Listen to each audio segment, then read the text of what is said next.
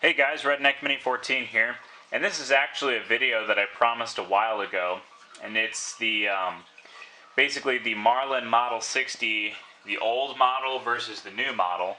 And now, I don't have an older Model 60, but for today's video, representing the old Model 60, I'm using my Marlin 49DL, which is basically a Model 60 just in a little bit different configuration. It has an all-metal receiver with the fore-end and stock being two separate pieces, whereas the Model 60, the stock is all one piece and the receiver is not dividing them. So anyway, let's get to it. I'm basically just going to discuss the key differences between the older Model 60s and the newer Model 60s and try and fill in the gaps on where which changes were made at which time. So let's get to it. So first, let's just discuss the differences between the old, and I'm talking about like the originals, and the new. So obviously it would have had just a regular full-length stock like this.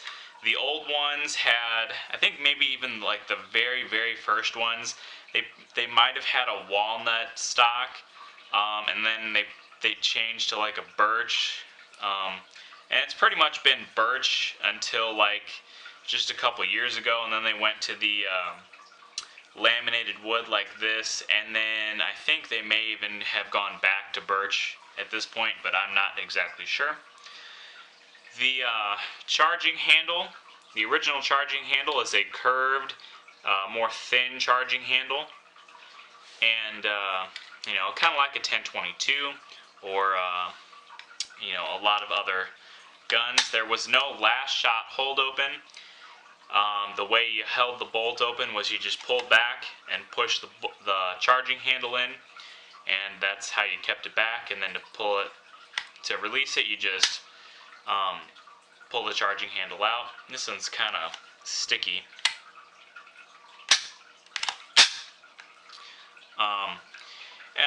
The barrel is quite a bit longer.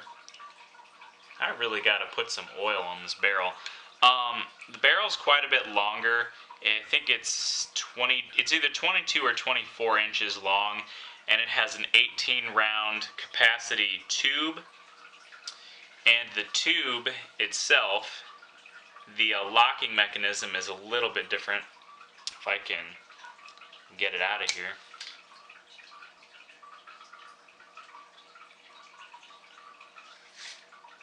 There we go.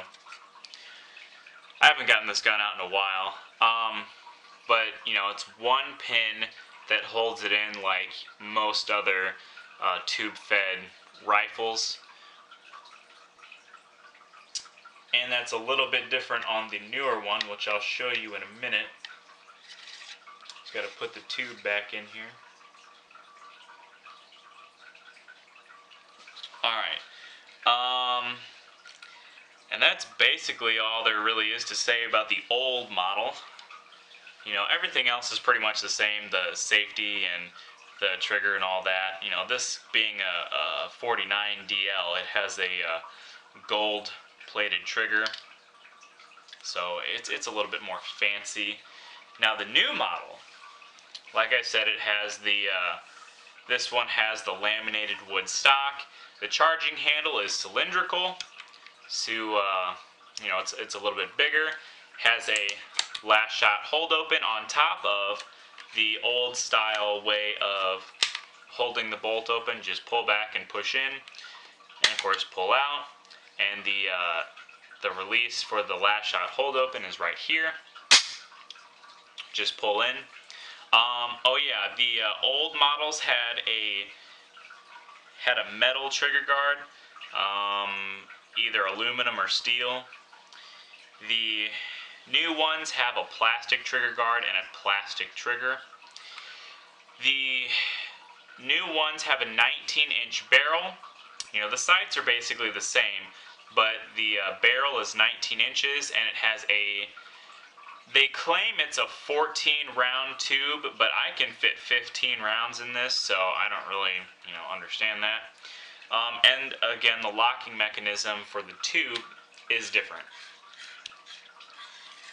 Instead of having one pin holding it in, you have two to make for a better lockup. And I think this is a Marlin patented system.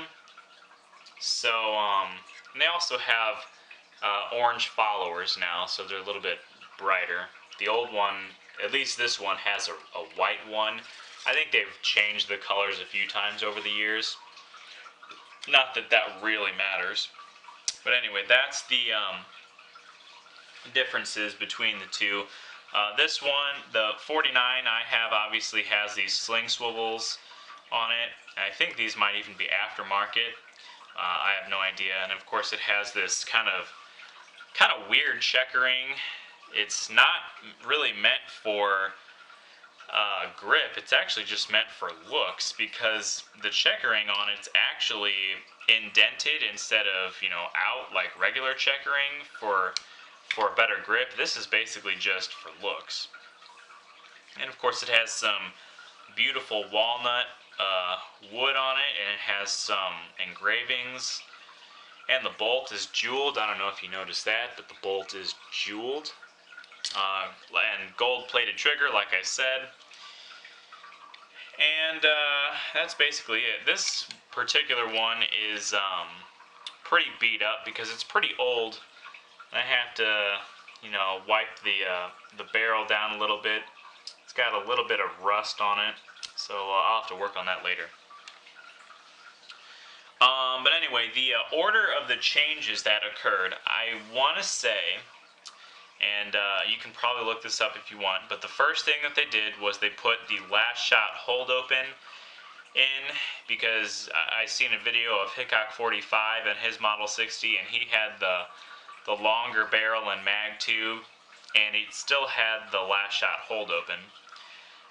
The next thing that I think they did was they shortened the tube to 14 or 15 rounds, whatever the actual length of the tube is, but they kept the barrel at the 22 or 24 inches, whatever it is.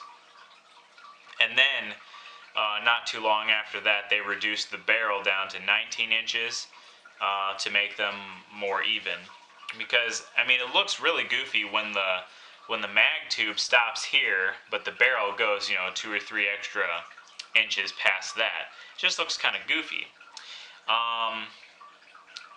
At some point, I'm not sure at what point it was, they changed the trigger guard and trigger to polymer. Not sure when that occurred, but the last thing I think they did was the charging handle. So they either changed the charging handle and then the trigger guard, or they changed the trigger guard and then the charging handle. But I'm not really sure. As far as all the other features, all of those occurred before these two happened, I'm pretty sure. Again, you could probably look that up, and you can probably figure it out just by looking at different videos on the Model 60. But those are all the basic changes that have happened between the old models and the new models. In my opinion, they're both very good guns. I've had this. This was my very first rifle that I ever had. I've had this for like 3 years now, 3 or 4 years, and it's a 22 semi-automatic, so it'll jam every now and then, and gotta clean it, keep it clean. It was very, very dirty when I first got it, so I had to clean it, and it shot pretty decent after that, but just like any other semi-automatic 22, it still jams quite a bit. Especially when it's dirty. But anyway, old model, new model. Those are the basic changes that you'll see between them. If you want an old model, they're you can probably get them for $100, maybe $125. The new models are going to run you like $160, $175, somewhere around there. So still pretty inexpensive rifles, Very good quality as far as I'm concerned, very accurate, and still it's pretty reliable even though it is a semi-automatic 22. I don't really have any jams that aren't related to either a dirty gun or the ammunition itself. The gun itself is a reliable gun. It's just that when it's dirty, it just kind of gunks up the works and causes some hangups. But anyway, both of them I recommend. I always recommend. I think a Model 60 is definitely a gun that you should get, just because it's a classic, and there's just millions and millions of them out there, and they're very cheap, and they'll definitely get the job done for small game hunting or plinking or whatever you want to do with it. So anyway, that's the old versus the new on the Model 60. Subscribe to my channel, like me on Facebook. I'm Redneck Mini 14, and until next time, be safe.